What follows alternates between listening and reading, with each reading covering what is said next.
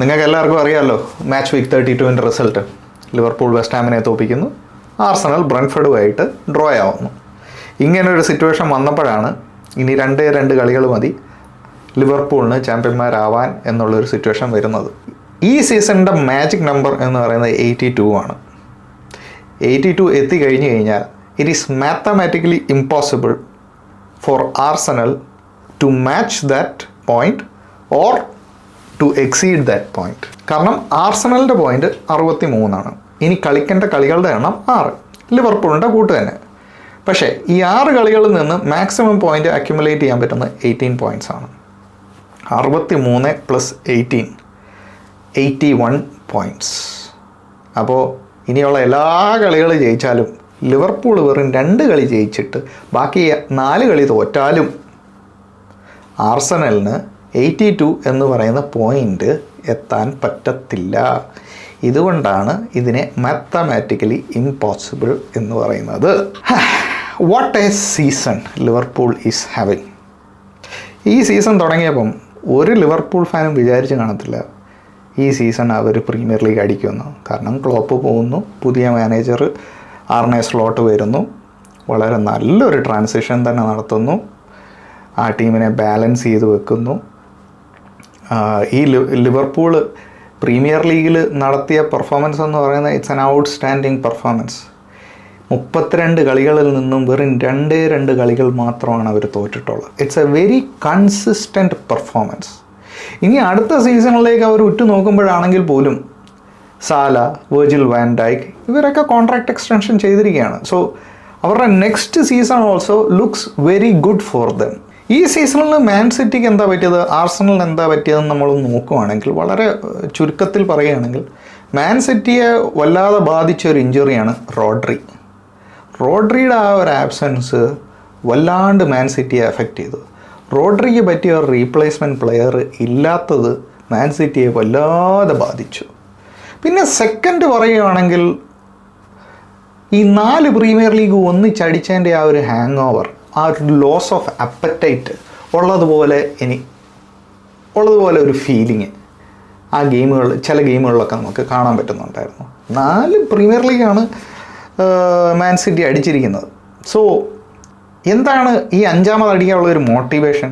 ഈ 4 എന്ന് പറയുന്നത് തന്നെ പ്രീമിയർ ലീഗിൻ്റെ ചരിത്രത്തിൽ ആരും ചെയ്തിട്ടില്ല. ഇനി ചെയ്യുമോ എന്ന് തന്നെ ഡൗട്ടാണ്. സോ ആ ഒരു ലോസ് ഓഫ് അപ്പറ്റൈറ്റ് ചില ഗെയിമുകളിൽ നമുക്ക് കാണാൻ പറ്റുന്നുണ്ടോ എന്ന് നമുക്ക് സംശയിക്കേണ്ടിയിരിക്കുന്നു. ആർസണലിന് എന്താ സംഭവിച്ചത്? ഇറ്റ്സ് വളരെ simple. We need an out striker. അത് തുടക്കത്തിലേ സൈൻ ചെയ്തില്ല. അതിൻ്റെ ആബ്സെൻസ് സീസണിൻ്റെ മിഡായപ്പം ആർസണലിനെ അഫക്റ്റ് ചെയ്യാൻ തുടങ്ങി. പിന്നെ സീസൺ തുടങ്ങിയപ്പോഴുള്ള ഡിസിപ്ലിൻ ഇഷ്യൂസ്, എത്ര റെഡ് കാർഡാണ് ആർസണലിന് കിട്ടിയത്. ആ ഫസ്റ്റ് 10 ഗെയിം മാനേജ്മെൻറ്റ് വളരെ പുവറായിരുന്നു ഫ്രം ആർട്ടറ്റ. ആൻഡ് കുരു എന്ന് പറയുന്നതിൻ്റെ കൂട്ട് ഒരുപാട് ഇഞ്ചുറീസും.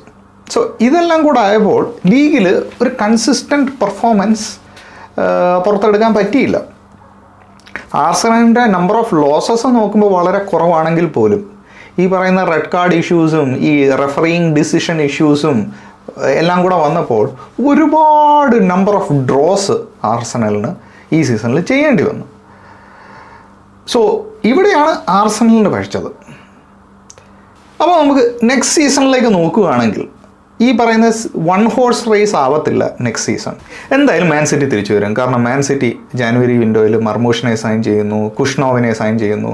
മർമൂഷും കുഷ്നോവും ആയാലും ശരി, അവർ വളരെ നന്നായിട്ട് ഈ പറയുന്ന പ്രീമിയർ ലീഗിലേക്ക് ഇൻ്റഗ്രേറ്റ് ആയിരിക്കുന്നു, എസ്പെഷ്യലി മർമൂഷ്. സോ മാൻ സിറ്റി ഒരു ശക്തമായ ഒരു തിരിച്ചുവരവ് നടത്തും. ആർസണലിന് തിരിച്ചു വരണമെന്നുണ്ടെങ്കിൽ നമുക്ക് വേണ്ടിയ ആ ഒരു ഔട്ട് സ്ട്രൈക്കറിനെ സെക്യൂർ ചെയ്യുക എന്നുള്ളതാണ് ഒരു മെയിൻ ടാസ്ക്. ഇത് ചെയ്തു കഴിഞ്ഞു കഴിഞ്ഞാൽ then we have A chance for challenging four title. അതല്ലെങ്കിൽ ഈ സീസണിൻ്റെ കൂട്ടും കഴിഞ്ഞ സീസണിൻ്റെ കൂട്ട് തന്നെ നമ്മൾ ഇരുന്ന് സ്ട്രഗിൾ ചെയ്യും. Simple as that. അടുത്ത സീസൺ കുറച്ചുകൂടെ ചാലഞ്ചിങ് സീസൺ ആവട്ടെ എന്ന് ഞാൻ ആഗ്രഹിക്കുന്നു. അല്ലെങ്കിൽ വളരെ ഈസി സീസൺ ഫോർ ആർസണൽ ആകട്ടെ എന്ന് ആഗ്രഹിക്കുന്നു. ആഗ്രഹമല്ലേ? ഇനി പ്രീമിയർ ലീഗിൻ്റെ വീക്ക് 32 മറ്റ് മത്സരങ്ങൾ നോക്കുകയാണെങ്കിൽ ഇനി ഈ ടൈറ്റിൽ റേസിനേക്കാളും വളരെ ഇൻട്രസ്റ്റിംഗ് ആയിട്ടൊരു വേറൊരു റേസ് നടക്കുന്നുണ്ട്. അതാണ് ഈ ടോപ്പ് 5 റേസ്. ഓക്കെ, അതിനകത്തെ കണ്ടൻറ്റേഴ്സാണ് Nottingham Forest, Man City, Aston Villa, Chelsea എന്നിവരൊക്കെ. ഞാൻ അതിനെപ്പറ്റി ഒരു സെപ്പറേറ്റ് വീഡിയോ ചെയ്തിട്ടുണ്ട്, അത് നിങ്ങൾക്ക് ടൈം കിട്ടുമ്പോൾ പോയി കാണുക. ഈ ടോപ്പ് 5 റേസിനകത്ത് നോട്ടിംഗ്ഹാം ഫോറസ്റ്റിന് ഒരു തിരിച്ചടി കിട്ടി, അവർ എവർട്ടനുമായിട്ട് തോറ്റു. അതേസമയം മാൻ സിറ്റി അവരുടെ ഇനി വരാൻ പോകുന്ന ഫിക്സ്ചർ കമ്പാരിറ്റീവ്ലി എല്ലാവരെക്കായിട്ടും ഈസി ഫിക്സ്ചേഴ്സാണ്. സോ മാൻ സിറ്റി വിൻ ചെയ്യുന്നു ക്രിസ്റ്റൽ പാലസുമായിട്ട് 5-2. സോ അവർ ടോപ്പ് 5 കയറിയിരിക്കുകയാണ്. ഇതിനകത്ത് ന്യൂ കാസിൽ മാൻ യുണൈറ്റഡിനെ പരാജയപ്പെടുത്തിയിട്ട് അവർ ടോപ്പ് 4 ഒന്ന് കയറിയിട്ടുണ്ട്. ചെൽസി ഇപ്സ്വിച്ച് ടൗണുമായിട്ട് 2-2 draw. That was really shocking. അത് അവരുടെ ഹോമിൽ വെച്ചാണ് കളി നടന്നത്. അതിലവർക്കൊരു വിൻ ചേൺ ഔട്ട് ചെയ്യാൻ പറ്റിയില്ല എന്നുള്ളത് ഇറ്റ് വാസ് റിയലി ഷോക്കിംഗ്. കാരണം Chelsea is having A very bad season. അവർക്ക് ടോപ്പ് 5 മസ്റ്റാണ്. അങ്ങനത്തെ ആ ഒരു സിറ്റുവേഷനിൽ ഇരിക്കുന്ന ചെൽസി ഇങ്ങനത്തെ ടീമുമായിട്ടും അതും ഹോമിൽ കളിക്കുമ്പോൾ ഒരു വിൻ അല്ലാതെ അതിൽ കുറഞ്ഞ് ഒന്നും അക്സെപ്റ്റബിളേ അല്ല. നമുക്കിനി ചാമ്പ്യൻസ് ലീഗിലേക്ക് ചെറുതായിട്ടൊന്ന് ശ്രദ്ധ തിരിക്കാം. ഞാൻ റിയൽ മാഡ്രിഡിൻ്റെ ഗെയിം ഞാൻ നോക്കിയായിരുന്നു. ഞാൻ സ്പാനിഷ് ലീഗ് ഫോളോ ചെയ്യാത്ത ആളാണ്, പക്ഷേ നമ്മളിനി കളിക്കേണ്ട റിയൽ മാഡ്രിഡിനെ ആണല്ലോ, അതുകൊണ്ട് ഞാനൊന്ന് ഫോളോ ചെയ്തു. റിയൽ മാഡ്രിഡ് ഡെപ്പോർട്ടീവോ അലാവേസ് എന്ന് പറയുന്ന ടീമിനെയാണ് കളിച്ചത് കഴിഞ്ഞ കളി അവരുടെ ലീഗിൽ. 1-0 ഒരു സ്ക്രേപ്പി വിന്നായിരുന്നു അവരുടേത്, ഒരു സ്ക്രേപ്പി വിൻ. ഞാൻ അതിൻ്റെ ഹൈലൈറ്റ് കണ്ടു. ഈ ഡെപ്പോർട്ടീവോ പ്ലെയറിന് ദർ വാസ് എ ടൈം ബോക്സിനകത്ത് വെച്ചിട്ട് ഒരു ചാൻസ് ഉണ്ടായിരുന്നു, അത് പുള്ളിക്കാരന് കൺവേർട്ട് ചെയ്യാൻ പറ്റിയില്ല. ആൻഡ് ഐ വാസ് തിങ്കിങ്, അത് സാക്കയോ ഈവൻ ഈതൻ വെനിയറിയോ ആണെങ്കിൽ ദാറ്റ്സ് എ ഗോൾ. കാരണം അതൊരു I am not saying it's an easy chance, പക്ഷേ എന്നാൽ പോലും അത് കൺവേർട്ട് ചെയ്യാൻ പറ്റുന്നൊരു ചാൻസാണ്. സോ ഈ ഡെപ്പോർട്ടീവോയെ പോലൊരു ടീമിന് റിയൽ മാഡ്രിഡിനെതിരെ ഇങ്ങനെ സ്പേസ് ക്രിയേറ്റ് ചെയ്യാൻ പറ്റുമെങ്കിൽ വി ക്യാൻ ഓൾസോ ക്രിയേറ്റ്. ഇതിനകത്ത് ആകെ ഗോൾ അടിച്ചത് എംബാപ്പയോ അല്ലെങ്കിൽ മിനിയോ റോഡ്രിയോ ആരുമല്ല, കമവിംഗയാണ് ഗോൾ അടിച്ചത്. കമവിംഗ നമുക്കെതിരെ കളിച്ചപ്പോൾ എമിറേറ്റ്സിൽ കളിച്ചപ്പോൾ കമവിംഗ ആയിരുന്നു one of the best player. അതും first half Camavinga performance was really amazing. Second ലെഗിൽ കമവിംഗ നമുക്കെതിരെ കളിക്കുന്നില്ല because of yellow card that he received. Red card കൊണ്ടല്ല, യെല്ലോ കാർഡ് കിട്ടിയപ്പോൾ തന്നെ he was going to miss the next match. Red കാർഡിൻ്റെ കാര്യം പറഞ്ഞപ്പോഴേ ഇതിനകത്തും ഒരു റെഡ് കാർഡുണ്ട്. എംബാപ്പെ ഒരു reckless challenge on Deportivo player. അങ്ങനെ എംബാപ്പെ ഒരു വളരെ reckless challenge on Deportivo player. അങ്ങനെ എംബാപ്പെ ആ ഗെയിമിൽ റെഡ് കാർഡ് മേടിക്കുന്നു. It was a very scrappy win. So going into this game I am confident. നമുക്ക് കിട്ടുന്ന ചാൻസ് നമ്മൾ യൂട്ടിലൈസ് ചെയ്യണം, വേസ്റ്റ് ചെയ്യരുത്.